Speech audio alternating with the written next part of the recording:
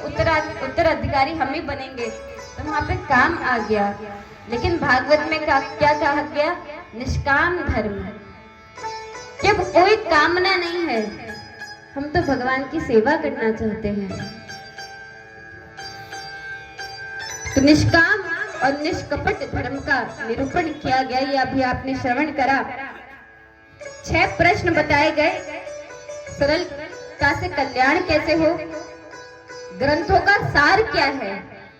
Naimisharanya one में सूत जी से प्रश्न किए जा रहे हैं शौनक ऋषि द्वारा। ये 6 प्रश्न।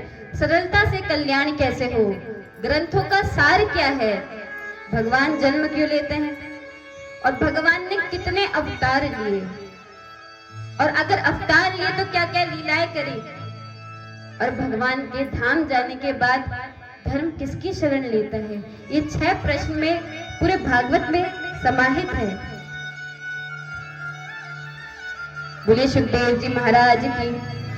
कल हमने आपको बताया था, जब हम कहते हैं बोले व्यास जी महाराज की, तो एक बार मैंने कहा कथा में, किसी ने कहा व्यास जी महाराज की, तो मैंने दोनों हाथ उठा के बोला जय। तो सब मेरा मुख देख रहे थे, तो मानो मुझे ऐसा भाव हुआ कि उनको लगा कि मैं अपनी जय जयकार कर रही हूँ। तो व्यास पीठ में तो अभी हम बैठे हैं, लेकिन जब हम कहते हैं व्यास महाराज की जय, तो हम सुखदेव जी के लिए कह रहे हैं, ये भाव उनके लिए है। सुखदेव जी कौन है? श्रीमद् भागवत के मुख्य वक्ता हैं। आइए इनकी कथा कथा में चलते हैं, कैसे इनका जन्म हुआ। जब प्रश्न पूछे तो सूत जी महाराज ने मैंने गुरुदेव सुखदेव जी का ध्यान किया। यम प्रवजन्तमनुपेतमपेत कृत्यम द्वैपायनो विरह कातर आजुहाव पुत्रेति तन्मयतया सर्वोऽभिनेदुस् त्वं सर्वभूत हृदयं मुनिमानतोऽस्मि। सुखदेव जी महाराज परम अवधूत है। जन्म लेते ही जंगल में भाग गए, पिताजी की तरफ मुड़ के नहीं देखा। पिताजी कौन? वेद व्यास जी महाराज। पीछे से चिल्ला रहे, अरे पुत्र रुक जाओ, पर सुखदेव जी महाराज जंगल में चले गए। देह का कोई ध्यान नहीं, पुरुष और स्त्री में कोई भेद नहीं जानते, ऐसे परम अवधूत सुखदेव जी महाराज हैं। एक बार नारद जी जा रहे थे, तो जाने से पहले माता पार्वती के पास आए। माता पार्वती को प्रणाम किया। पार्वती जी ने बोला आओ नारद जी, कैसे आना हुआ? नारद जी ने बोला आजकल तो हमने गृहस्थों के घर में ही जाना छोड़ दिया है। पार्वती जी ने बोला क्यों, क्या बात हो गई? नारद जी ने बोला गृहस्थों में वो प्रेम नहीं रहा।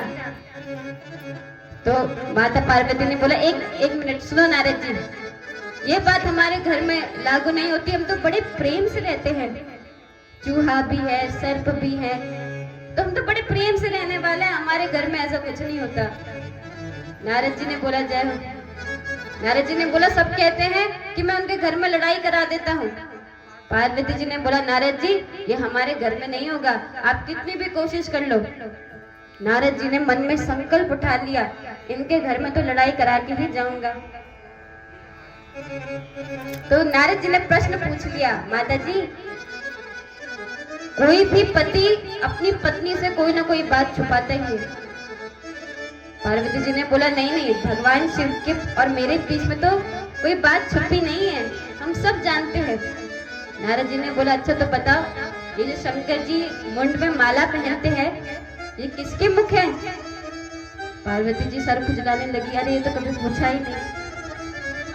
पार्वती जी ने बोला मैंने कभी पूछा नहीं इसलिए बताया नहीं, पूछूंगी तो अवश्य बताएंगे। नारद जी ने बोला आप पूछोगे तो बताएंगे, क्या कभी खुद से उनको बताने का मन नहीं किया कि मुंडमाला किसकी है? पार्वती जी के मन में क्रोध उत्पन्न होने लगा, अभी तक मुझे क्यों नहीं पता है। शंकर जी दूर से आ रहे थे। नारद जी ने बोला देवी जी मैं चलता हूँ। शंकर जी ने बोला अरे नारद जी कहाँ जा रहे हो? नारद जी ने बोला मैं तो माता के साथ संकीर्तन कर रहा था, संकीर्तन समाप्त हो गया, तो मैं चलता हूँ। राम राम करके नारद जी तो निकल गए, पर भगवान शिव जी माता पार्वती का मुख देख के समझ गए कि माता कुछ क्रोधित लग रही है, अशांत लग रही है। तो बात कर रहे हैं, देवी क्या बात है, इतने क्रोधित क्यों लग रहे हो, कुछ बात हो गई? माता पार्वती जी ने बोला, ये शंकर भोले बाबा ये सब ऐसे ही नाम रखे हैं, भोले नहीं है आप। अरे आपके गले में जो मुंडमाला है ये किसकी है, आपने मुझे कभी बताया? शंकर जी ने पूछा, आपने कभी पूछा ही नहीं। माता ने बोला, जब मैं पूछूंगी तो ही बताओगे, अरे खुद से भी तो बताना होता। शंकर जी ने बोला, तो अब बता देंगे। समझ गए कि आज माता पार्वती बिना जाने नहीं मानेंगी। तो शंकर जी ने बोला, देवी जी ये जो मुंड में आप मुंड की माला देख रहे हैं ना, ये आपके ही सर है, मेरे सर है, ये ऐसे कैसे हो गया? तो शिव जी ने बोला, जब आप देह त्याग करके जाती हैं तो आपके विरह में, दुख में मैं आपके मुंडों को धारण कर लेता हूँ माला बना के। तो माता पार्वती ने बोला, ये इतने सर मेरे हैं? शंकर जी ने बोला, हाँ। बोले, श्रीमद् भागवत महापुराण की।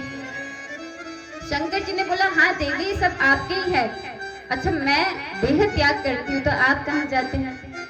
भगवान शंकर कहते हैं, मैंने अमर कथा सुनी है, आपने अमर कथा नहीं सुनी, इसलिए मेरी मृत्यु नहीं होती, मैं देह नहीं त्याग करता। माता पार्वती जी ने बोला, मैंने इतने जन्म मरण धारण कर लिए, आपको मुझे सुनानी चाहिए थी। तो अब अमर कथा भगवान शिव जी माता पार्वती को सुनाने जा रहे हैं। शिव जी ने बोला, देवी जी देख के आ जाओ, कोई आसपास जीव ना हो, कोई और सुन लेगा तो अमर हो जाएगा, और किसी ऐसे व्यक्ति ने सुन ली जो इसका अधिकारी नहीं है तो अनर्थ हो जाएगा।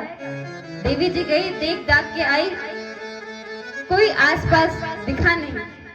एक अंडा तो वहां पे था शुक का, तो सोचा ये तो भी जीवित नहीं हुआ, बच्चा नहीं हुआ, तो उसको जाने दिया। शिव जी के पास आके बोली, हाँ देव मैंने देख लिया, कोई जीव आसपास नहीं है, आप कथा प्रारंभ करिए। भगवान शिव जी ने बोला, देवी जी कथा मैं प्रारंभ करूंगा, पर ये याद रखना कथा के बीच में नींद बड़ी आती है। एक तो मधुर मधुर कोई वक्ता कह रहा हो, पीछे सुंदर संगीत, तो घर में भी जिसको नींद नहीं आती दवाई खा के सोता है, कथा में बिठा दो तो एकदम आराम से वो सो सकता है। तो नींद आती है तो आप अहंकार भरते रहना। तो हम पूछते हैं ना बार बार आपसे, समझ आया, ताकि आप सो ना जाए। और ये अनमोल है, जो अनमोल होता है वो बड़ी सावधानी से दिया जाता है। शिव जी ने माता पार्वती को कहा, देवी जी आप अहंकार भरती रहना। बोलिए भागवत महापुराण की। नहीं अब इस बार नहीं सोऊंगी। भगवान शंकर ने बोला, मैं सुना दूंगा, पर अभी तक अहंकार कौन भर रहा था? आज पास देखा तो वो शोक बालक दिख गया, नेत्र लाल हो गए, क्रोध में भर गए भगवान शंकर, और कहा इसने मेरी अमर कथा चोरी से सुन ली। अब तो सुखदेव जी आगे आगे भाग रहे हैं और पीछे पीछे भोलेनाथ त्रिशूल लेके भाग रहे हैं, आज इसको छोड़ूंगा नहीं, मेरी अमर कथा चुरा ली। एक दुष्ट रुक जा, तुझे जाने नहीं दूंगा, मार डालूंगा। क्रोधित है भगवान शंकर। शुक बालक ने सोचा, जब दैत्यों से खतरा होता है तो भगवान के पास जाते हैं, आज तो भगवान से खतरा है तो कहाँ जाऊं? तो फिर वेद व्यास जी की कुटिया में, संत की कुटिया में चले गए। वहां पे वेद व्यास जी की पत्नी जमाई ले रही थी, तो मुंह खोला तो उसी समय मुंह में प्रवेश करके गर्भ में आ गए। पीछे से भगवान शंकर बोल रहे, रुक जा, ये चोर है, इसने मेरी अमर कथा चुरा ली।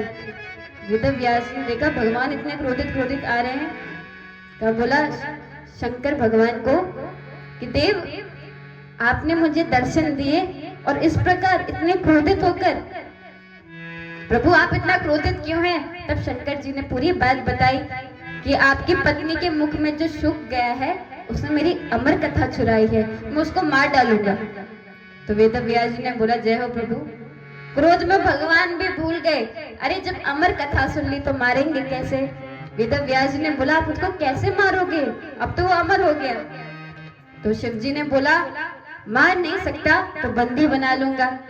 वेद व्यास जी ने बोला, ओह भाग्य उसके, अरे मुनि जन तपस्वी इतनी कठोर तपस्या करके आपकी एक झलक पाते हैं और उस बालक का भाग्य देखो, आपके मुख से कथा सुने और आपकी ही छत्र छाया में रहेगा। धन्य भाग्य है उसके। जब ऐसा कहा तो भगवान शिव शांत हो गए। भगवान ने बोला, मैं 1 वर्ष की समाधि लेकर आऊंगा, तब इस बालक को अपने साथ ले जाऊंगा। वेदव्यास ने बोला, जैसी आपकी इच्छा। भगवान शिव जी तो चले गए, लेकिन वो शूक बालक जन्म नहीं ले रहा, और जन्म तो दूर, अभी तक आकार तक नहीं बना। 1 वर्ष हो गए। जब शिव जी आए और बोला, शूक बालक अब मुझे दे दो, तो वेदव्यास जी ने बोला, आपके क्रोध से वो डर रहा है और जन्म नहीं ले रहा, आप उसको क्षमा कर दो। तो भगवान भोलेनाथ तो बहुत जल्दी क्षमा भी करते हैं और बहुत जल्दी प्रसन्न भी हो जाते हैं। भगवान शिव जी तो क्षमा करके चले गए, पर धीरे धीरे करके 12 वर्ष बीत गए और वेदव्यास जी की पत्नी को पीड़ा होने लगी और बालक जन्म नहीं ले रहा। तो वेदव्यास जी उस बालक से बात कर रहे हैं, अरे पुत्र तुम जन्म लो, मेरी पत्नी को पीड़ा हो रही है। तो शूक ने बोला, मैं बाहर नहीं आऊंगा। ये जो माया है ना, ये बड़ी ठगनी है। जब बच्चा कोख में होता है, जब जन्म नहीं होता, तब वो भगवान से विनती करता है, प्रभु जब मेरा जन्म हो जाएगा तो मैं आपका नाम लूंगा, आपका संकीर्तन करूंगा। और जैसे ही उसका जन्म हो जाता है तो सभी ताली बजाते हैं, बच्चा हो गया।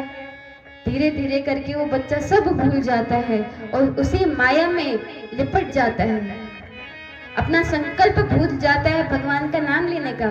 तो सुखदेव जी, भगवान ने मना कर दिया। तो वेदव्यास जी ने भगवान विष्णु से प्रार्थना करी। विष्णु जी ने बोला, शुक बालक तुम बाहर आओ और ये संसार देखो कितना सुंदर है, ये सुंदर सुंदर पेड़, ये नदियां, अरे एक बार बाहर आके देखो तो। शुक बालक ने बोला, नहीं भगवान, मुझे आप अपनी माया में मत फंसाइए, मैं बाहर नहीं आऊंगा। तो भगवान विष्णु ने बोला, एक काम करूंगा मैं, तुम बाहर आना और जिस क्षण तुम बाहर आओगे उसमें मैं माया रोक लूंगा।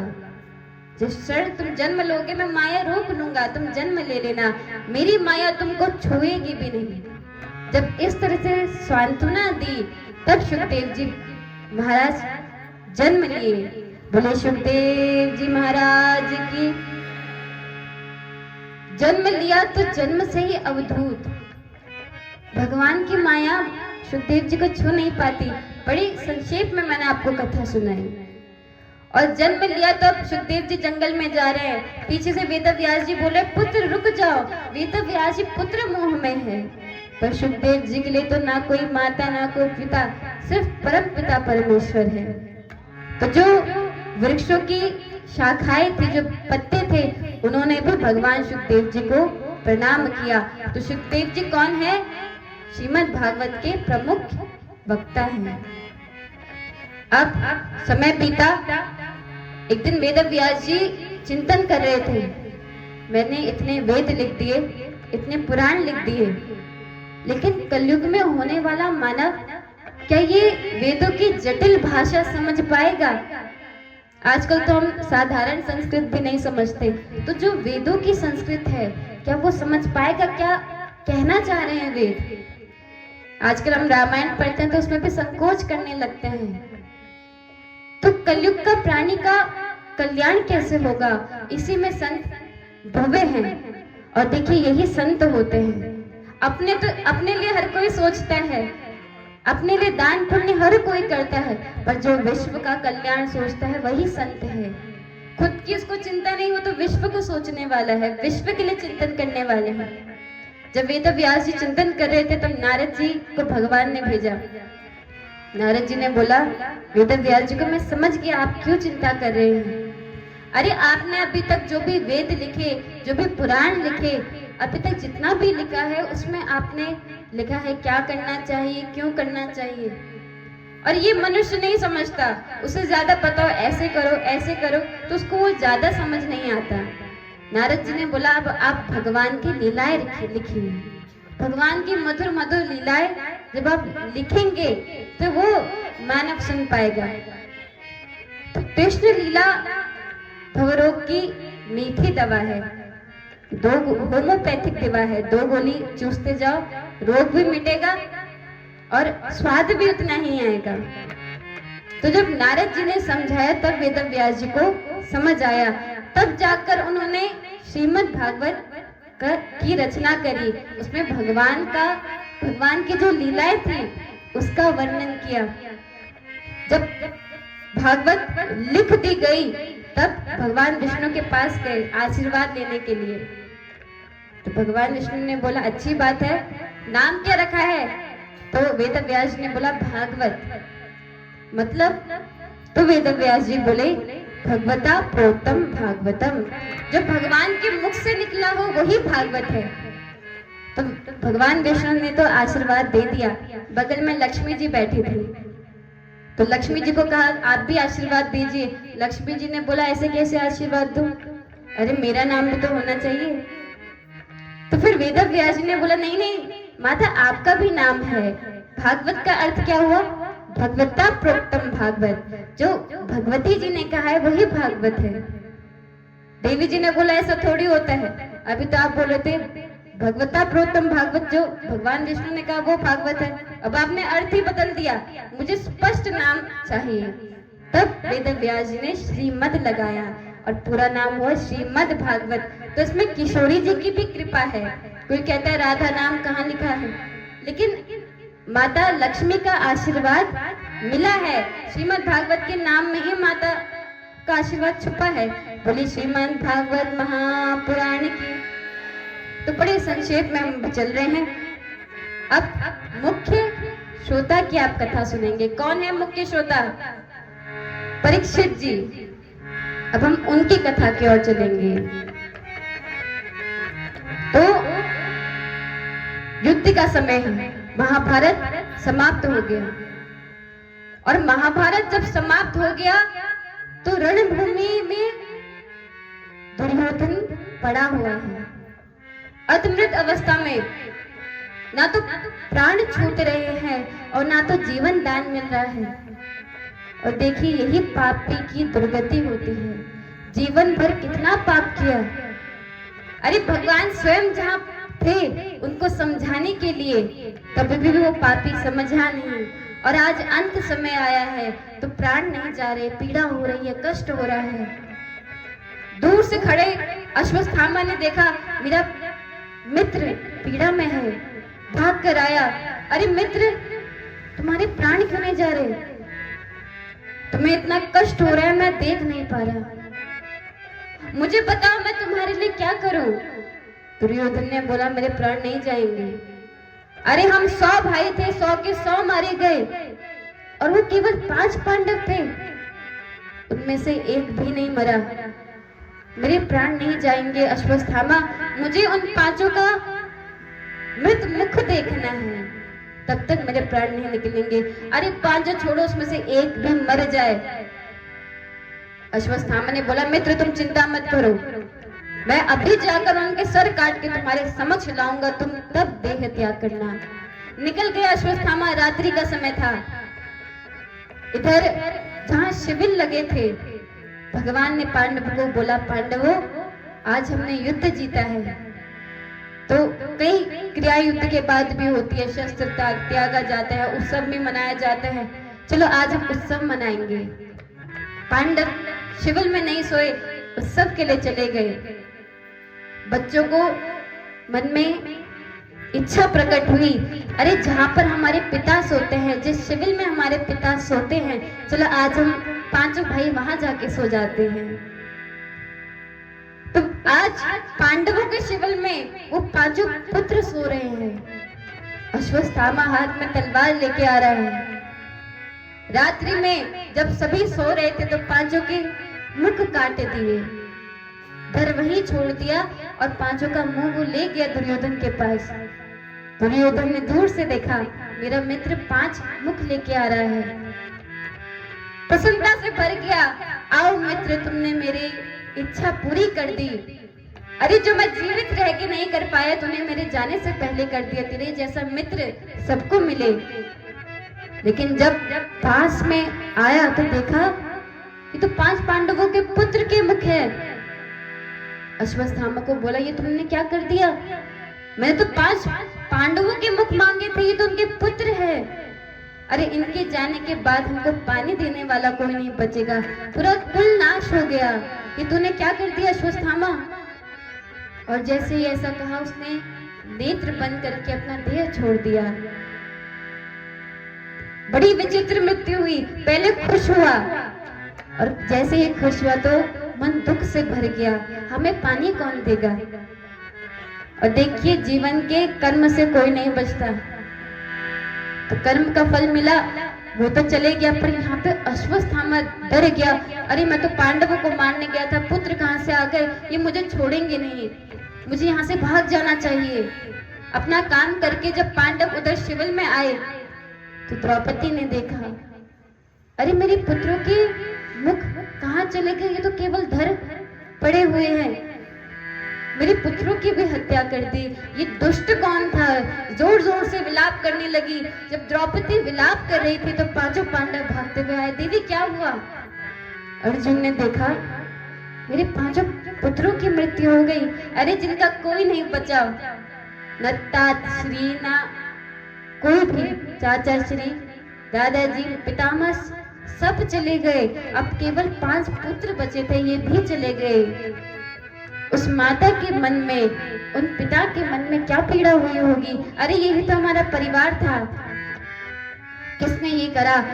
अर्जुन ने प्रतिज्ञा ले ली, जिसने भी किया है मैं उसको जीवित नहीं छोड़ूंगा। और वहां से शिविर से निकल गया, रथ में सवार हुआ और अब भाग रहा है पापी को पकड़ने के लिए। जब जोर जोर से रथ आगे तो आगे देखा अश्वत्थामा भाग रहा है, समझ गया कोई तो अब जीवित नहीं है, केवल ये दुष्ट बचा है। और समझ गए कि इसी का ये कार्य है। अर्जुन भाग रहे, अश्वत्थामा रुक जा, आज तुझे जिंदा नहीं छोड़ूंगा, द्रौपदी के सामने ही तुम्हारा वध करूंगा। जोर से भागे, अश्वत्थामा को पकड़ लिया, घसीट के ले जा रहे थे। भगवान कृष्ण आ गए, अर्जुन इसको कहीं मत ले जाओ, इसको यहीं खत्म कर दो। अर्जुन ने बोला नहीं नहीं गोविंद, मैं इसको द्रौपदी के समक्ष दंड दूंगा। अरे ये मेरे पुत्रों का हत्यारा है, इसको ऐसे कैसे यहीं पे समाप्त करूं, सबके सामने इसको मृत्यु दंड दूंगा। भगवान ने बोला जैसे तुम्हारी इच्छा। अर्जुन अश्वत्थामा को खींच के ले जा रहे हैं और द्रौपदी के सामने खड़ा कर दिया। देवी जी, यही दुष्ट, यही पापी तुम्हारे पुत्रों का हत्यारा है, तुम जो कहोगे मैं वो दंड देने के लिए तैयार हूं। द्रौपदी ने देखा गुरु का पुत्र खड़ा है, सोई हाथ जोड़कर पैरों में गिर गई और अपने पतियों से कहने लगी, अरे आप देख क्या रहे हैं, आप इसके चरण छू, अरे ये गुरु पुत्र है और गुरु पुत्र भी गुरु तुल्य होता है। आपके गुरु तो नहीं रहे पर उनके स्थान पर उन्हीं के पुत्र हैं, उनके चरण छू। अर्जुन ने बोला देवी क्या कर रहे हो, इसी ने आपके पुत्रों को मारा है। द्रौपदी जी नहीं मानी, अरे इसको छोड़ दीजिए, जाने दीजिए, ब्रह्म हत्या का कलंक लगेगा, गुरु हत्या का कलंक लगेगा। अर्जुन ने गोविंद की तरफ देखा, भगवान ने बोला मन मन ही मन, मैंने कहा था ना छोड़ दो, समाप्त कर दो। अरे आप बताइए, जहां मिले उसे वहीं पे समाप्त कर देना चाहिए। अब मामला सबके समक्ष में है, अब सबके समक्ष मामला आया है तो पूरी जांच तोल ताल के ही दंड दिया जाएगा। तो आपदाई को समय में समाप्त कर देना चाहिए, वरना यही हाल होता है। युधिष्ठिर जी द्रौपदी जी के साथ सहमत हो गए, देवी जी सही कह रही है, अरे गुरु पुत्र है छोड़ दो। भीमसेन ने बोला ऐसे कैसे छोड़ दो, मैं मारे बिना नहीं छोड़ूंगा। अब आज मानो परीक्षा है, धर्म संकट आया है, आज परीक्षा है। भगवान ने गीता का ज्ञान अर्जुन को दिया तो भगवान परीक्षा ले सकते हैं, गुरु परीक्षा लेता है। मानो जब गुरु शांत हो और कोई धर्म संकट हो, सामने शिष्य खड़ा हो, तो आज गुरु चाहता है कि मैंने अपने शिष्य को जो ज्ञान दिया आज मैं उसका परीक्षण करूं। अर्जुन खड़ा है, सोच रहा है क्या करूं, तब मन में एक विचार आ गया, अरे किसी रिस्पेक्टेड इंसान की, जिसकी समाज में खूब इज्जत है, उसको आप अपमानित कर दो, उसका अपमान उसके मृत्यु के बराबर होता है। एक काम करते हैं, इसको अपमानित कर देते हैं। सभी ने सहमति दे दी। अश्वत्थामा के मुख में एक मणि थी, उन्होंने वो निकाल दिया, बाल काट दिए, खूब अपमानित किया और भेज दिया। तो जा अश्वत्थामा, तू जा। और जब अपमानित करके भेजा, रास्ते में जाते जाते अश्वत्थामा सोच रहा है, इन्होंने मेरे प्राण क्यों नहीं ले लिए? अरे मार देता तो एक बार दुख होता, और अब अपमानित किया है, इसका बोझ कैसे उठाऊं? मैं संकल्प लेता हूं, इनके परिवार में एक भी आने वाला कोई भी बीज नहीं छोड़ूंगा। तो याद आया, सब तो मर गए, सब मर गए, पर अभी एक बीज बचा है। कौन? जिसने जन्म नहीं लिया। उत्तरा के गर्भ में एक संतान पल रही है। सो ब्रह्मास्त्र छोड़ दिया उत्तरा के गर्भ में। माता को तो कुछ नहीं होगा, पर पुत्र मर जाएगा। पुत्र के बारे में सोचकर जब ब्रह्मास्त्र छोड़ा, तो उत्तरा के गर्भ में वो ब्रह्मास्त्र प्रवेश कर गया। अब यहाँ पे बड़ी सुंदर बात है, जब द्रौपदी में संकट आया, तो वो पहले पतियों के पास गई। पतियों ने सहायता नहीं करी, तब पितामह गुरु द्रोण के पास गई, परिवारजनों के पास जाके मदद मांगी, और अंत में उसने भगवान का नाम लिया, हे गोविंद तू मेरी रक्षा कर। पर उत्तरा समझ गई थी, कोई और मेरी रक्षा नहीं करेगा। अरे जिसके ससुर 5 बलशाली हो, वो उनके पास नहीं गई कि मेरी रक्षा करो, उसे पता था सामने भगवान खड़े हैं। उत्तरा किसी के पास नहीं गई, भगवान के चरणों में गिर गई। सोचने लगी, जिसने मेरी सास की रक्षा करी, वो मेरी रक्षा क्यों नहीं करेगा? भगवान से रक्षा के लिए बोला, पाही पाही महायोगिन देव देव जगतपते नान्यं त्वद्भयं पश्य यत्र मृत्यो परस्परम। अरे देव, हे गोविंद तू मेरी रक्षा कर। भगवान ने जब रक्षा की मांग सुनी, तो भगवान उत्तरा के गर्भ में प्रवेश कर गए, अंगूठा जितना रूप धारण करके उत्तरा के गर्भ में आ गए। और देखिए, जहां पे भी भगवान का जन्म बताया गया हो, चाहे वो रामचरितमानस हो, चाहे श्रीमद् भागवत, तो ऐसा भाव प्रकट किया गया है कि भगवान सच में गर्भ में नहीं आते, आभास होता है। अरे जिसके अंदर पूरा विश्व समाया हुआ है, वो किसी के गर्भ में कैसे आए? तो कोई गारंटी नहीं है कि गर्भ में भगवान प्रविष्ट हुए हैं। आभास होता है कि भगवान गर्भ में आ गए, और जब समय आता है तो प्रकट होते हैं, प्रकट भय, तो प्रकट लिखाया जाता है कि भगवान प्रकट हुए हैं, इनका जन्म नहीं होता। पर आज उत्तरा के गर्भ में ये भाग दिया गया है कि इसमें पूरी गारंटी है कि भगवान उत्तरा के गर्भ में गए। और देखिए, कोई सौभागी ऐसा होता है जिसके कोख में भक्त जन्म लेता है। कोई सौभागी ऐसा होता है, देवकी जी, हमारी कौशल्या जी, जिनको सौभाग्य होता है भगवान को जन्म देने का। पर उत्तरा से बड़ा सौभाग्य किसका होगा? आज भक्त भी है और आज भगवान भी कोख में है। परीक्षित जी ने भगवान को देखा और ब्रह्मास्त्र का भेदन करके परीक्षित की रक्षा करके भगवान प्रकट हो गए और मुस्कुराने लगे। उत्तरा आनंद में झूम गई, पर कुछ कह नहीं पाई, चरणों में गिर गई। सारी समस्या जब समाप्त हो गई तो जाने का समय आया। तभी भगवान विदा ले ही रहे थे, कुंती माता आ गई और परम पिता परमेश्वर को प्रणाम करने लगी। भगवान ने बोला, बुआ जी ये आप क्या कर रही हैं? अरे आपको तो मुझे प्रणाम करना चाहिए, आप मुझे आपको प्रणाम करना चाहिए, आप मुझे क्यों प्रणाम कर रही है? कुंती माता ने बोला, देखो गोविंद, मैं आज अपने किसी रिश्ते वाले को प्रणाम नहीं कर रही, तुम्हें छोटा समझ के प्रणाम नहीं कर रही। आज मैं परम पिता परमेश्वर को प्रणाम कर रही हूँ। आज मैं उनको प्रणाम कर रही हूँ जिसने मेरी कुलवधू की रक्षा करी, जिसने उत्तरा की रक्षा करी, जिसने 5 पांडवों की रक्षा करी। आज मैं उसको प्रणाम कर रही हूँ। हे गोविंद, दुख के समय में तुम हमेशा साथ रहे हो और अब सुख का समय आ गया है, राज्य गद्दी मिल गई, राज का भोग करने का समय आया और तुम जा रहे हो, ऐसा मत करो। आज मैं तुमसे कुछ मांगना चाहती हूँ। भगवान ने बोला क्या मांगना है?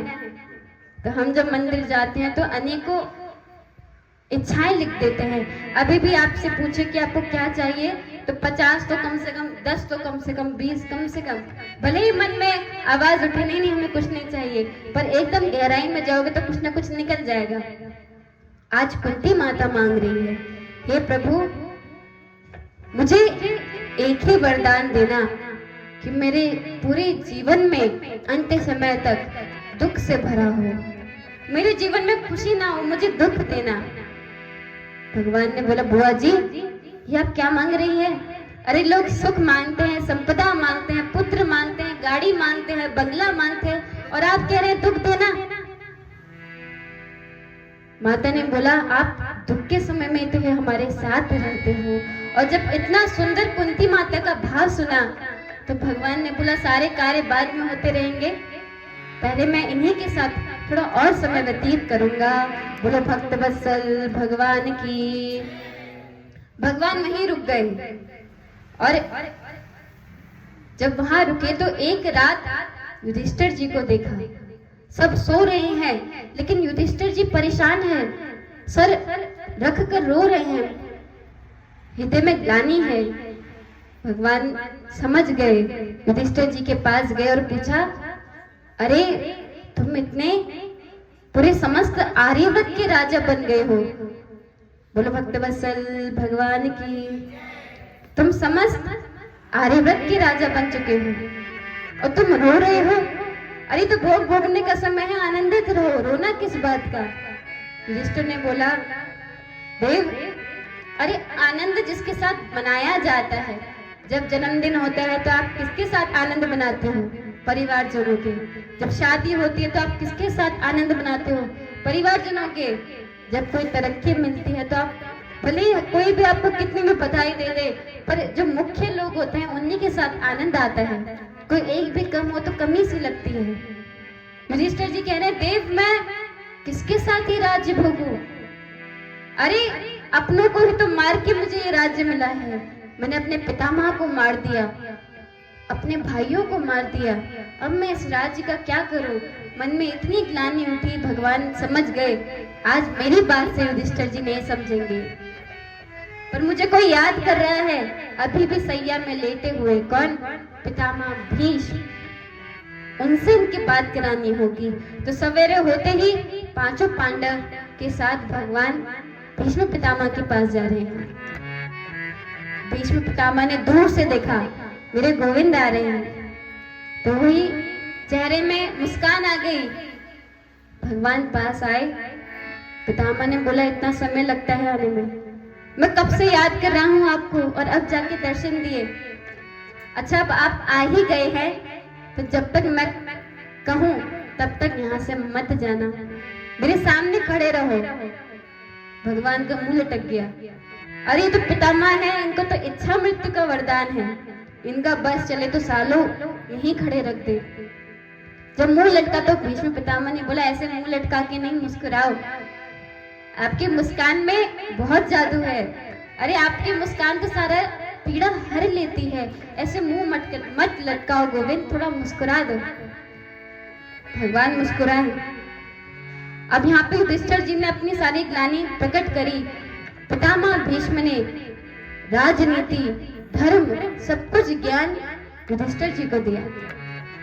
अब यहाँ पे एक चीज देखने की बात है, जब इतना ज्ञान पितामह को था तो युद्ध क्यों होने दिया? ये सोचने की बात है ना। ज्ञान है आपको तो कब काम आता है? जब कोई विकट समस्या आती है। हर समय जब ज्ञान की आवश्यकता होगी तभी तो उसका इस्तेमाल किया जाएगा। तो इतने समय से ये ज्ञान कहाँ चले गया? पितामह भीष्म कोई छोटे मोटे ज्ञानी है? इतने ज्ञानी होने के बाद युद्ध नहीं रोक पाए। तो एक भाव आता है, जैसा खाया अन्न वैसा हुआ मन। जैसा खाया अन्न। किसके साथ रहते थे? दुर्योधन के साथ रहते थे। उनका अन्न दूषित था, आप यहाँ पे अन्न लाके चढ़ाते हो, आप यहाँ पे धन लाके चढ़ाते हो, है ना, आप यहाँ पे मन भी चढ़ाते हो, तो सब शुद्ध हो जाता है। पर दुर्योधन का वो दूषित अन्न, धृतराष्ट्र का वो दूषित अन्न जो उनका नहीं है तो वो पांडवों का, पर खुद की सत्ता जमाई है, दूषित धन, दूषित अन्न, उसी का ग्रहण किया जा रहा है, तो मन भी दूषित हो गया, पूरी ज्ञान की विस्मृति हो गई। और देखिए महाभारत में बहुत सीख है। जब मैं महाभारत मैंने पहली बार पढ़ना शुरू किया तो मुझे कहा महाभारत मत पढ़ो। मैंने बोला क्यों? कि घर में महाभारत हो जाती है। बोलो राधे राधे। तो महाभारत में बहुत गुण रहस्य, 3 चीजें तो हमें जरूर सीखनी चाहिए। प्रसंग आए हैं तो इसकी भी थोड़ी चर्चा। भीष्म पितामह से क्या सीखना है? इतने ज्ञानी हैं, इतने ज्येष्ठ हैं, वृद्ध भी हैं, बड़े भी हैं, पर ज्ञान काम नहीं आया। क्यों? अपना कर्म नहीं पहचाना, धर्म नहीं पहचाना, हमेशा आदेश के अनुसार कार्य करा। भगवान ने भीष्म पितामह को मानो कहा, अरे भीष्म तुम इतने ज्ञानी थे, कभी निर्णय भी ले लिया होता, कभी कौरवों को 2 मार के समझा दिया होता है, पांडवों को दे दो, पर आपने कभी निर्णय नहीं लिया। और हम अपने जीवन में यही करते हैं, ना तो हम अपना कर्म समझ पाते हैं, ना तो हम अपना धर्म समझ पाते हैं, और जब कर्म नहीं समझ आता तो कोई निर्णय भी नहीं ले पाते हैं। निर्णय लेना बहुत जरूरी है। किसी ने बताया ये कर लो, किसी ने बताया वो कर लो, पर खुद से जानने की कोशिश नहीं करते हमको क्या करना है। जो भी पितामह भीष्म को कहा गया, जो आदेश दिया गया, उसी के अनुसार उन्होंने सदैव कार्य किया। भगवान ने बोला पितामह थोड़ा सोच विचार कर लेते, थोड़ा ज्ञान का इस्तेमाल कर लेते और कौरवों को रोक लेते। तुमने प्रतिज्ञा को धर्म माना, परंपरा को धर्म माना, और परंपरा तो बदल जाती है और समय आने में प्रतिज्ञा भी तोड़नी पड़ती है। भगवान कह रहे हैं कि प्रतिज्ञा भी तोड़नी पड़ती है। कब पता चले प्रतिज्ञा तोड़ने का समय है। पितामह देख रहे हैं कुलवधु का अपमान हो रहा है, पर किससे वशीभूत है, इतनी शक्तिवान है। शक्ति ना होती, सामर्थ्य नहीं होता तो समझ आता, पर पितामह इतने शक्तिवान है, पर आगे कुलवधु का सम्मान नहीं रख पाए। किसने जकड़ लिया, किसने बांध लिया? प्रतिज्ञा ने, परंपरा ने। केवल अपने धर्म की रक्षा करना, केवल अपनी प्रतिज्ञा की रक्षा करना भी अधर्म है। कैसे पहचाने धर्म को? हर कोई नहीं जान पाता, पर ये याद रखिएगा धर्म की जड़ होती है करुणा, दया। अगर आप केवल अपने बारे में सोच रहे हो, केवल अपना चिंतन कर रहे हो, आपको किसी और से बिल्कुल मतलब नहीं, सामने ऐसा कार्य होते हुए देख रहे हो, पर आपने केवल अपने लिए सोचा, तो वो भी अधर्म है। पितामह ने एक बार सोच लिया होता, प्रतिज्ञा का पाप लगेगा तो लगने दो, परंपरा टूटने का पाप लगेगा तो लगने दो, पर कुलवधु की रक्षा करना जरूरी है। एक बार सोचा तो होता, पर पितामह ने नहीं सोचा। तो ये समझने की बात है, जीवन ही धर्म है। जीवन धर्म के बिना नहीं चलता, जीवन कर्म के बिना नहीं चलता। निर्णय लेना आवश्यकता है, निर्णय लेने की आवश्यकता है। जीवन बदलता रहता है, तो पहले की जो परंपरा थी वो भी बदल जाती है। पहले दूध सभा होती थी, वो जरूरी होता था, धर्म होता था, किसी को कह दे तो वो मना नहीं कर सकता था। आज वो अधर्म हो गया है, तो अपना कर्म पहचानो। दूसरा किरदार जिससे हम सीख सकते हैं, गुरु द्रोणाचार्य। आज गुरु बहन आए तो मुझे मेरे गुरुजी याद आ गए। न जाने गुरु के जीवन में आने के बाद क्या बदल जाता है। वो कुछ मंत्र नहीं फूका, जीवन बदल जाता है। किसी को मैंने बताया, अब मैं भी साधारण ही कॉलेज जाती हूँ, किसी को मैंने बताया मैं दीक्षित हूँ, मुझे कहना भी अच्छा लगता है। ये मेरे गुरु हैं, उन्होंने बोला बाबाओं के चक्कर में मत पड़ा करो। और ये कोई पढ़ा लिखा व्यक्ति कह रहा है बाबाओं के चक्कर में मत पड़ा करो, ये जेल में नहीं देखा। पर इनको कोई कैसे पता है कि गुरु के आने के बाद जीवन कैसा बदलता है? ये तो जिसने दीक्षा ली हो वो ही जान सकता है। पूरे जीवन में आप ये याद रखिएगा, कभी भी खुशी का समय आता है, कभी भी सुख का समय आता है तो पूरा परिवार आगे आके नाचता है। बाराती में दूल्हा पीछे पीछे जाते हैं, बाराती आगे नाचते हैं। और एक संत ने कितना अच्छा कहा, जब मृत्यु का समय आता है, दुख का समय आता है, सब पीछे चलते हैं, केवल एक व्यक्ति आगे चलता है जो कहता है राम नाम सत्य है। उस मृत व्यक्ति के लिए नहीं कह रहा, वो तो अपने लिए कह रहा है, पीछे चलने वालों के लिए कह रहा है कि जाने वाला तो चले गया, अब उसका क्या कर सकते हैं, पर तुम तो भगवान का नाम ले लो। वो गुरु है, वो एक व्यक्ति आगे चल के कहता है। गुरु आपके जीवन में हर समय आपके साथ नहीं रहते। और गुरु मैं यहाँ पे एक व्यक्ति के लिए नहीं कह रही, क्योंकि आप में से कईयों ने शायद दीक्षा ना ली हो, तो भागवत के जो सूत्र दे रहे हैं ना, आप इसी को गुरु मान लो। कृष्ण वंदे जगत गुरु, जो भगवान ने कहा इसी को गुरु मान लो। और याद रखना, जीवन में जब कठिन समस्या आए, कोई ऐसी परिस्थिति आ गई कि कुछ ना समझ आए, तो यही भागवत का, यही भगवान के द्वारा कहा गया सूत्र आपके सामने आ जाएगा, जो आपको रास्ता दिखाएगा।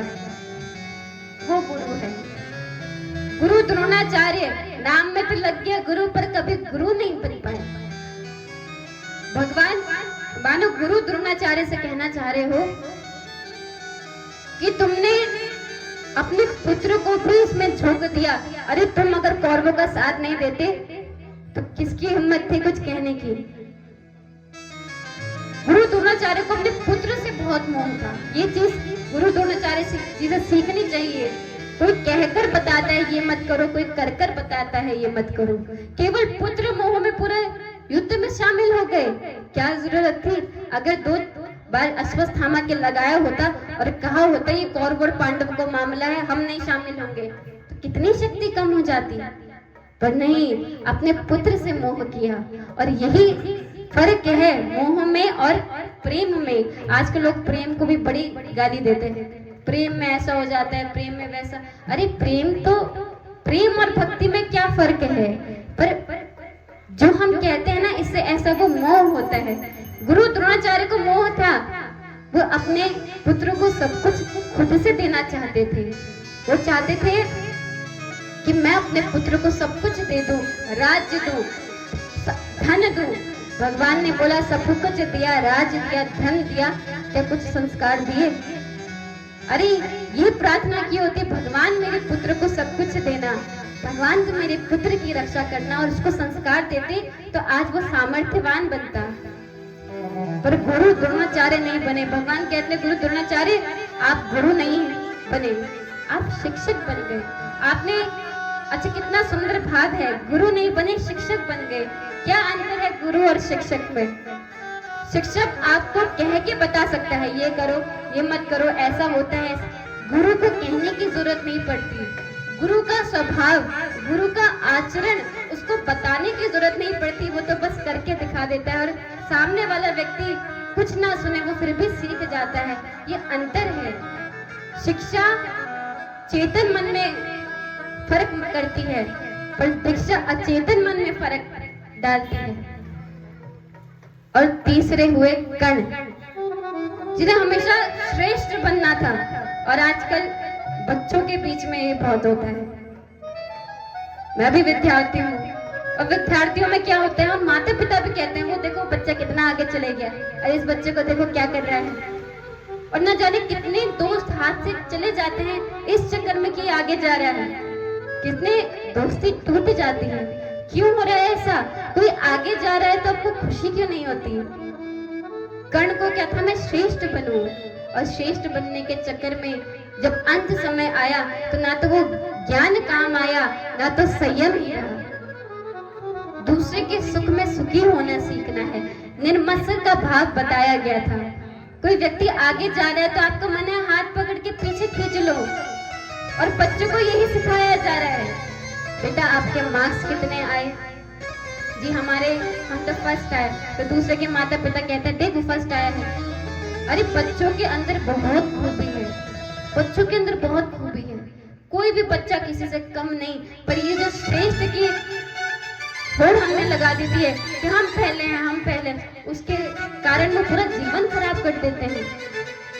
तो ये हमको कर्ण से सीखना चाहिए। आज भीष्म पितामह ने पूरा ज्ञान कर्ण को दे दिया, पांडवों को दे दिया, पूरा ज्ञान पांडवों को दे दिया। भगवान को कहा कि प्रभु अब मेरे अंतिम शब्द है, आपको ज्यादा प्रतीक्षा नहीं कराऊंगा। तो भगवान की पुष्प ताग्रह छंद में स्तुति करी।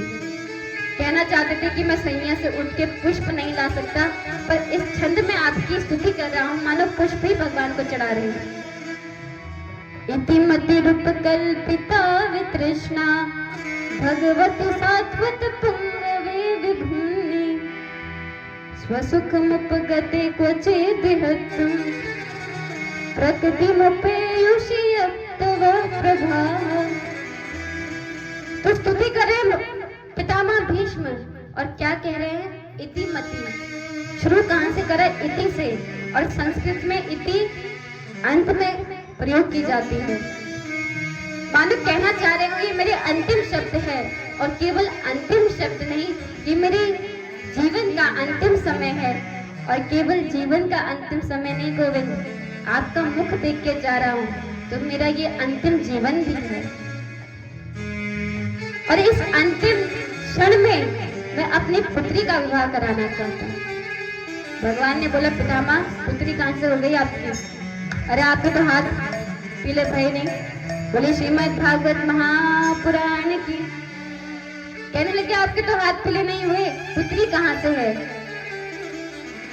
तो आवाज आ रही है ना सबको? तो भीष्म पितामह ने बोला ये मेरी मति है ना, बुद्धि, यही मेरी पुत्री है, और इसकी खूबी है, इसमें कोई तिश्वा नहीं, एकदम विशुद्ध मति है मेरी। इसके लिए मैंने एक वर ढूंढा है, और बड़ा सुंदर वर ढूंढा है, जो केवल सुंदर नहीं शक्तिवान है, गुणवान है। पितामह ने बोला मैंने आपको ढूंढा है गोविंद, आप मेरी बुद्धि से विवाह कर लीजिए। अरे मैंने आपको युद्ध में देखा था, युद्ध में कोई लड़ने के लिए जाता है तो श्रृंगार थोड़ी करता है, मुंह में उल्टा मिट्टी लगा देता है, अस्त व्यस्त बन के जाता है, उनके लिए तो उनका रक्त ही श्रृंगार होता है। पितामह कह रहे हैं पर मैंने आपको देखा था, जब आप रथ हाँक रहे थे तो धूल का गुब्बारा उड़ते हुए पहले आपके मुख में ही आ रहा था, और आपके मुख में कोई दौड़ भाग करे गर्मी में, मुंह पे धूल लग जाए तो कैसा लगेगा? कुछ सुंदर तो लगेगा नहीं। पर भगवान आप कितने सुंदर लग रहे थे, आपके मुख से जो पसीना गिर रहा था वो कितना सुंदर मोती के समान लग रहा था, आपके शरीर में जो पीतांबर था वो कितना सुंदर लग रहा था, मानो बादलों में बिजली कड़क रही हो, आप कितने सुंदर लग रहे थे। और देखिए हम सुंदर रूप धारण करते हैं, रुचि रूप धर, सूर्पनखा आई थी ना तो रूप धरा था, सुंदर थी नहीं। हम कहीं जाते हैं शादी में तो सुंदर रूप धरते हैं, पर भगवान कहते कैसे है? मन जाहि राचिउ मिलई सावरो, सहज सुंदर सावरो। कैसे सुंदर है? सहज सुंदर है, कुछ क्रीम पाउडर लगाने की जरूरत नहीं पड़ती, धूल भी क्रीम पाउडर का काम कर रही है, इतने सुंदर आप लग रहे थे।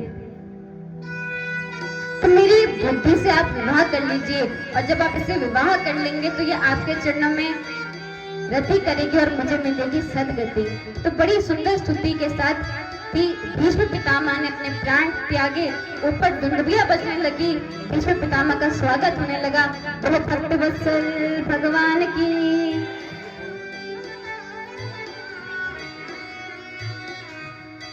समय आ गया, भगवान ने बोला पांडवों के साथ बहुत रुक गया, मुझे भी काम धाम अपनी द्वारिका में जाना है। विदा लेके भगवान चले गए, और यहाँ पे परीक्षित जी का जन्म हुआ। जब पुत्र का जन्म हुआ तो नाम परीक्षित नहीं रखा, ब्राह्मणों ने नाम रखा विष्णुराज। लेकिन जिसके भी बोलो भक्तवत्सल भगवान की। श्री कृष्ण गोविंद।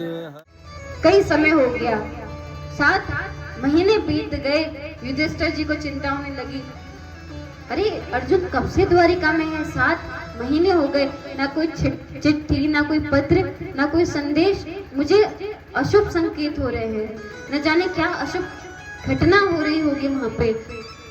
अपनी चिंता व्यक्त कर ही रहे थे कि वहां से अर्जुन ही आ गए। युधिष्ठिर ने बोला, भ्राता भाई तुमने इतना देर क्यों कर दिया, इतना विलंब क्यों? अर्जुन ने बोला युधिष्ठिर जी को, मैं आपको क्या कहूँ, पूरा द्वारिका का विध्वंस सुना दिया। ये आप 7वें दिन कथा में सुनेंगे। द्वारिका विध्वंस सुनाया, भगवान अपने धाम चले गए। जब कुंती मैया ने वहां पे खड़े होकर ये सब सुना तो नेत्र बंद करके प्रभु के चरणों का ध्यान करके माता ने अपना प्राण त्याग दिए। पांडवों ने बोला, अरे जिस भूमि में भगवान नहीं है उस भूमि में हम भी नहीं रहना चाहते। सो पूरा राजपाट त्याग कर अपने पौत्र परीक्षित जी को सौंप के चले गए। हिमालयों में गए और एक एक करके देह त्याग करके स्वर्ग लोक प्राप्त किया। कहा जाता है युधिष्ठिर जी को तो देह भी त्याग नहीं करना पड़ा, स्वशरीर वो स्वर्ग गए हैं। और ऐसा मैंने कथा में सुना किसी, युधिष्ठिर जी को भी पहले नरकों का दर्शन कराया। जो एक अधर्म कर दिया था दुस्सभा में, उसके लिए एक नरकों का भी दर्शन कराया और तब स्वर्ग भेजा। तो परीक्षित जी के पास अब राज्य आ गया है, बाल अवस्था में ही राजा बन गए। अपने महल में विचरण करने जाते, तरह तरह की बातें सुनते। एक दिन महल में घूम रहे थे नगरों में, तो देखा एक गाय और एक बछड़ा है। बछड़े के 3 पैर नहीं है, केवल एक पैर में खड़ा है, कांप रहा है। और एक क्रूप व्यक्ति, काला व्यक्ति गाय को भी मार रहा है और बछड़े को भी मार रहा है। बोलो भक्तवत्सल भगवान की। परीक्षित जी ने सोचा, मेरे धर्मराज में, मेरे धर्मराज में ये दुष्कर्म कैसा हो रहा है? अरे मेरे राज्य में ऐसा घिनौना कार्य। वो बछड़ा और वो गैया बातें कर रही हैं। अरे जब प्रभु थे तो हमारा कितना सेवा होती थी, अब प्रभु अपने धाम चले गए, हमको छोड़ दिया और हमारी क्या दुर्गति हो रही है। वार्तालाप करते और वो क्रूप व्यक्ति पैर से मारता, हाथ से जोर जोर से मार रहा है। परीक्षित जी क्रोध में अपनी तलवार उठा देते हैं और गैया को पूछते हैं, देवी आप कौन हो, आपका कष्ट क्या है, ये व्यक्ति आपको परेशान क्यों कर रहा है? देवी गैया ने कुछ नहीं कहा, पर बछड़ा वहां पे खड़ा था, वो बोल पड़ा, महाराज हम अपने दुख का कारण किसको कहें?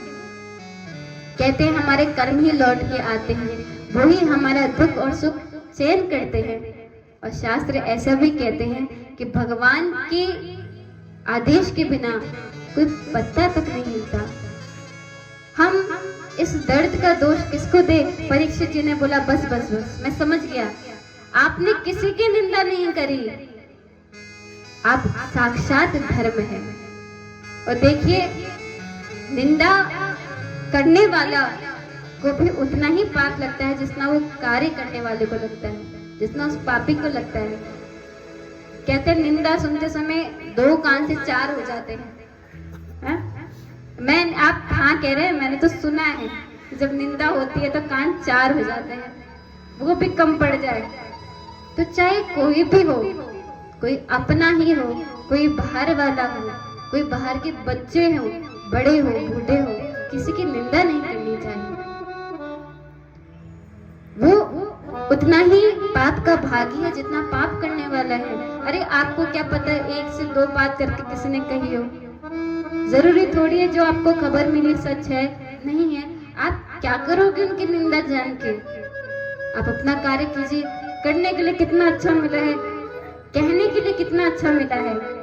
और ये कथा ही है जहाँ पर वक्ता कहता है, लोग सुनते हैं। वरना यही ज्ञान कोई घर का दे दे, यही ज्ञान कोई स्कूल में चलता फिरता बच्चा कह दे, शिष्य कह दे, तब कोई नहीं सुनता, वो कहता बड़ा है ज्ञान देने वाला। तो ये समय है सुनने का, समझने का, कभी किसी की निंदा नहीं करनी चाहिए। और यही सज्जन का लक्षण है। हनुमान जी लंका में गए, और लंका में गए तो निशाचर की नगरी, दुश्मनों की नगरी है लंका, लेकिन वहां पे भी एक सज्जन व्यक्ति को ढूंढ लिया।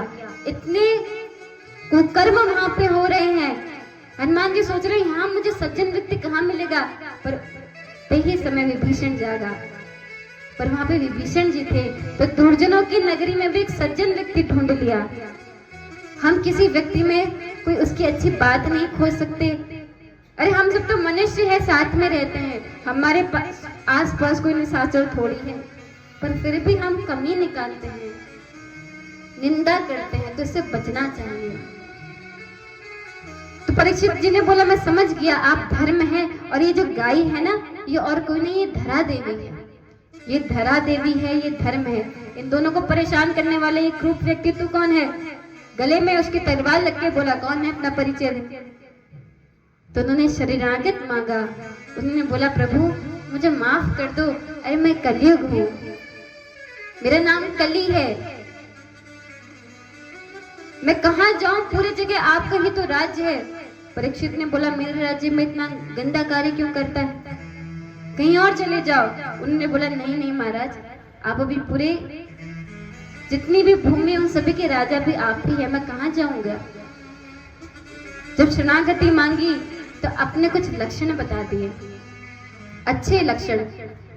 कहने लगा जब मेरा युग आएगा तब केवल नाम आधार होगा। जो तपस्वी ज्ञानी इतना ज्ञान प्राप्त करके, इतनी तपस्या करके उनको भगवान की झलक नहीं मिलती, वो कलयुग में केवल नाम लेने से।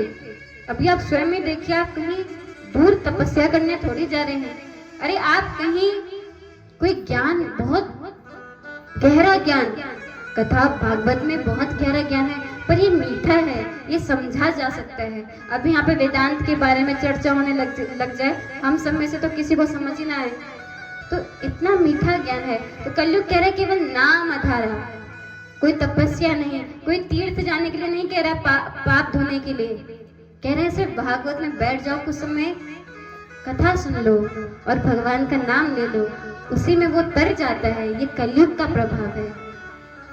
तो तपस्या की जरूरत नहीं, केवल नाम लेने की।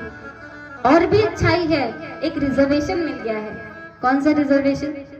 कहने लगे जो गलत काम हम मन में सोच लेते हैं, जो गलत विचार हम मन में सोच लेते हैं, उसका फल हमको नहीं मिलता।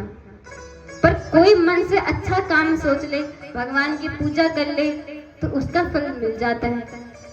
तो ये रिजर्वेशन सिर्फ कलयुग में ही है कि मन के गलत काम का फल नहीं मिलेगा, लेकिन अच्छे काम जितने भी सोच लीजिए। भगवान को भोग लगा रहे हैं, जब पुष्प नहीं होता तो क्या कहते हैं? ध्यान करो, पुष्प अर्पित कर रहे हैं। तो कलयुग में ही ऐसा हो सकता है कि अच्छे काम का तो फल मिल रहा है, पर बुरे मन से किए गए काम का फल नहीं है। जब अपनी इतनी अच्छाई सुनाई तो परीक्षित जी प्रसन्न हो गए। अरे भले ही कितना क्रूप है, पर कुछ अच्छा लक्षण भी है। कलयुग को बोला मैं तुम्हें कुछ स्थान दे देता हूँ, तुम वहां जाके रह लो और इन सबको परेशान मत करो। तो कौन सा स्थान दिया? जहाँ पे जुआ खेला जाए, जहाँ मदिरा पान हो, जहाँ लंपट पुरुष निवास करे, जहाँ पे हिंसा के कार्य हो। कलयुग ने बोला बस करो महाराज, अरे जैसी शक्ल वैसा स्थान, थोड़े अच्छे स्थान भी तो दो, ये तो सारे गंदे स्थान है, थोड़ा अच्छा स्थान भी मिल जाता है जरा। परीक्षित जी ने बोला कहाँ रहना है? कलयुग ने बोला स्वर्ण चाहिए बस। परीक्षित ने बोला चलो ठीक है, स्वर्ण में भी तुम्हारा वास है। अच्छा स्वर्ण अच्छी चीज है, धन अच्छी चीज है। एक कथा में प्रसंग सुनती हूँ, पंडित जी थे तो यजमान के घर गए तो कहा मैं धन नहीं छूता, मैं धन नहीं छूता। भोजन पवाया, लिफाफा पकड़ाया, मैं धन नहीं छूता इसको। तो जब खाना खा लिया और जाने का बारी आई तो यजमान को बुलाया, सुनो जरा ये जो ये रखा है ना, ये बांध दो, छूटा नहीं है, बांध तो सकता हूँ। कहना क्या चाह रहे हैं? ये धन कोई बुरी वस्तु नहीं है, इसमें तो साक्षात लक्ष्मी जी वास करती है, साक्षात भगवान का वास है। पर कौन सा धन खराब है? कौन से धन में कलयुग का स्थान मिला? या तो कलयुग होगा या तो भगवान होंगे। तो वो धन जो गलत कृत्य से कमाया हो उसमें कलयुग वास करता है, और वो धन जो अच्छे कार्यों से कराया हो उसमें भगवान वास करते हैं। तो स्वर्ण में कलयुग को स्थान मिल गया। इतना सब कुछ हुआ, महाराज परीक्षित अपने राज्य चले गए। एक दिन सुबह उठे और जरासंध का मुकुट पहन लिया, स्वर्ण का। अब जिसका मुकुट पहना था वो था दुष्टात्मा, तो माथा बदल गया, गंदे विचार आए। हमेशा सोचते थे आज जन कल्याण के लिए घूमता हूँ, क्या नगर में चल रहा है। आज सोच रहे हैं शिकार खेलने जाता हूँ। और जब शिकार खेलने का प्रण हुआ तो शिकार खेलने महाराज चले गए। खेलते खेलते थक गए, प्यास लगी, पानी नहीं था। एक ऋषि के आश्रम में प्रवेश करते हैं, नाम था श्रमिक। श्रमिक मुनि की कुटिया में प्रवेश करे। मुनि जी तो ध्यान में मग्न है। परीक्षित जी सोच रहे हैं ये मेरे सत्कार से बचना चाहते हैं, इसलिए नाटक कर रहा है। तो क्रोध में आके एक मरा हुआ सांप था, उसको उठाया और मुनिवर के गले में लटका दिया। लेकिन मुनिवर तो एकदम ध्यान में मस्त थे, कुछ भान नहीं हुआ। परीक्षित वहां से चले गया। ये दृश्य मुनिवर के पुत्र के शिष्य ने किसी ने बता दिया। जो मुनिवर का शिष्य था उसने ये दृश्य देखा और उस मुनि के, श्रमिक मुनि के पुत्र के पास जाके बोल दिया, अरे उस राजा ने तुम्हारे पिता के साथ ऐसा घिनौना कार्य करा। जब श्रमिक मुनि के पुत्र ने पिता के साथ ऐसा दुष्ट कार्य करते हुए सुना तो श्राप दे दिया। इति लंघितुम मर्यादम तक्षकः सप्तमे हनि। अरे मूर्ख राजा, तूने जिस सांप को मेरे पिता के गले में डाला है, यही 7 दिन बाद तक्षक बन के तेरा वध करेगा, तुझे मार डालेगा, तुझे डस जाएगा। जल छोड़ दिया, राजा को श्राप लग गया। श्रमिक मुनि का वो पुत्र श्रमिक मुनि के गोद में जाके जोर जोर से रोने लगा। जब अपने पुत्र की आवाज सुनी रोते हुए, बोलो भक्तवत्सल भगवान की। देखिए ये माता पिता ही होते हैं जो अपने पुत्र की आवाज ध्यान में सुने। माता के बगल में पुत्र सो रहा होता है, रात्रि हो रही होती है, इतनी गाड़ियों की आवाज आती है, इतनी कोई आवाज लगाते हैं वो नहीं सुनती, पर बगल में बैठा पुत्र थोड़ा कुलकुलाहट कर देता है, माता उठ जाती है। तो श्रमिक मुनि उठ गए, पुत्र को संभालने लगे। अरे पुत्र रो क्यों रहे हो? गले से सांप उतार दिया। श्रमिक मुनि के पुत्र ने चुप होने के बाद पूरा वृत्तांत सुनाया। परीक्षित राजा का पूरा कथा बता दी। श्रमिक मुनि ने सर पकड़ लिया, ये पुत्र तूने क्या कर दिया? अरे ये तो बहुत धर्मात्मा राजा है, इनको श्राप दे दिया, हमको ऐसा राजा बार बार नहीं मिलेगा। अरे पूरी प्रजा के भाग्य होते हैं तब जाके कोई ऐसा राजगद्दी में आता है। तूने क्या किया? जाओ राजा को सूचित करो। तो कुछ शिष्यों को भेजकर राजा को सूचित कराया। राजा को कहा कि आप 7 दिन में जाने वाले हो और किसी को बता दो कि आप 7 दिन में जाने वाले हो। तो उस व्यक्ति पे क्या बीतती होगी। 7वां दिन भी देखने को मिलेगा या नहीं मिलेगा कोई गारंटी नहीं। पर परीक्षित जी ने कितने संयम से काम लिया। राज तो त्याग दिया और गंगा तट में आ गए। जब सबको पता चला परीक्षित जी को श्राप लगा है तो मुनि ज्ञानी जन सभी इकट्ठा हो गए, चर्चा करने लगे कि राजा का कल्याण कैसे हो। और देखिए यही फर्क है एक समझदार व्यक्ति में और एक मूर्ख व्यक्ति में। मानव को ये जीवन मिला है अपना कल्याण करने के लिए, पर कोई और होता क्या सोचता, 7 दिन मिले हैं चलो कुछ खा लेते हैं, ये खाने का इच्छा है, अंतिम क्षण में एक गुलाब जामुन खा लेते हैं, अरे यहाँ चले जाते हैं। पर राजा ने कुछ नहीं किया, त्याग दिया और गंगा तट में कल्याण का सोच रहे हैं। ये जीवन कल्याण के लिए है, भोग के लिए नहीं है। भोग जरूर है, भोजन जरूरी है, पर इतना जरूरी नहीं कि पूरा जीवन आपने उसी में समर्पित कर दिया। मुख्य कल्याण के लिए है। कोई पशु है, कोई पक्षी है, वो क्या करते हैं? भोजन खाते हैं, सोते हैं, पीते हैं, उसके अलावा उनका कोई कृत्य नहीं है। पर मानव को श्रेष्ठ बताया गया। क्यों है श्रेष्ठ? क्योंकि उनके पास बुद्धि है, विवेक है, और विवेक से वो अपना कल्याण कर सकते हैं। तो राजा ने गंगा किनारे में आके चिंतन किया, मैं क्या करूं? सब सोच ही रहे थे। ये सोचते सोचते परमहंस अवधूत श्रीमद् भागवत के मुख्य वक्ता कौन है?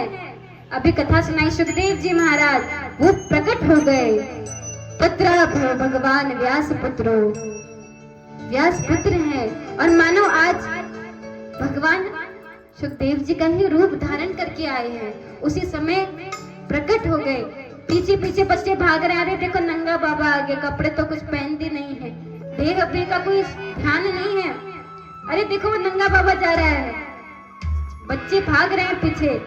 जब सभी मुनियों ने देखा सुखदेव जी आए तो सब खड़े उठ गए, प्रणाम करने लगे।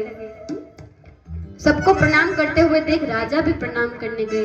अरे सारे ज्ञानी लोग इनको प्रणाम कर रहे हैं, इनमें कुछ तो खास बात होगी। राजा ने दंडवत करा, बच्चों ने देखा हम तो यहाँ पे चिल्ला रहे थे इनके ऊपर, राजा को पता चल गया कि हम ऐसे ऐसे कह रहे थे तो हमें दंड देगा, चलो भागो। छोटे बच्चे तो भाग गए।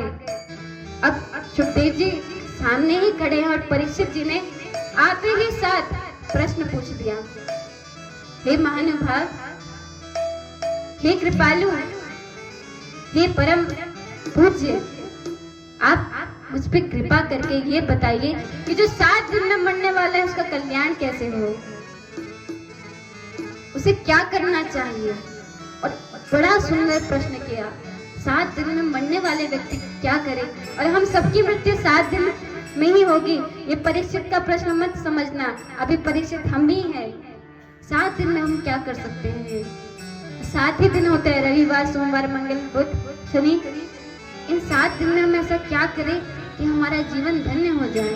परीक्षित जी पूछ रहे हैं। सुखदेव जी ने बोला, परीक्षित अरे ये कोई तरीका हुआ, मैं तुम्हारे पास आया, मुझे कोई स्थान देते, मैं वहां बैठता तब उत्तर करता, तुमने तो मुझे आते साथ ही पूछ लिया। गुरुदेव 7 दिन मरने वाला व्यक्ति क्या करे।